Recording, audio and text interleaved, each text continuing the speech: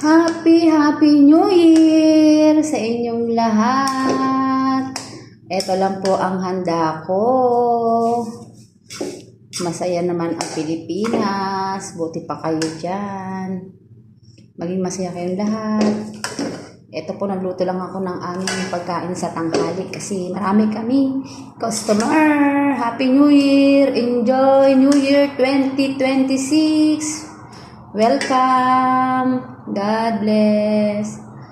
Happy New Year kay Lord at sa lahat. Bye!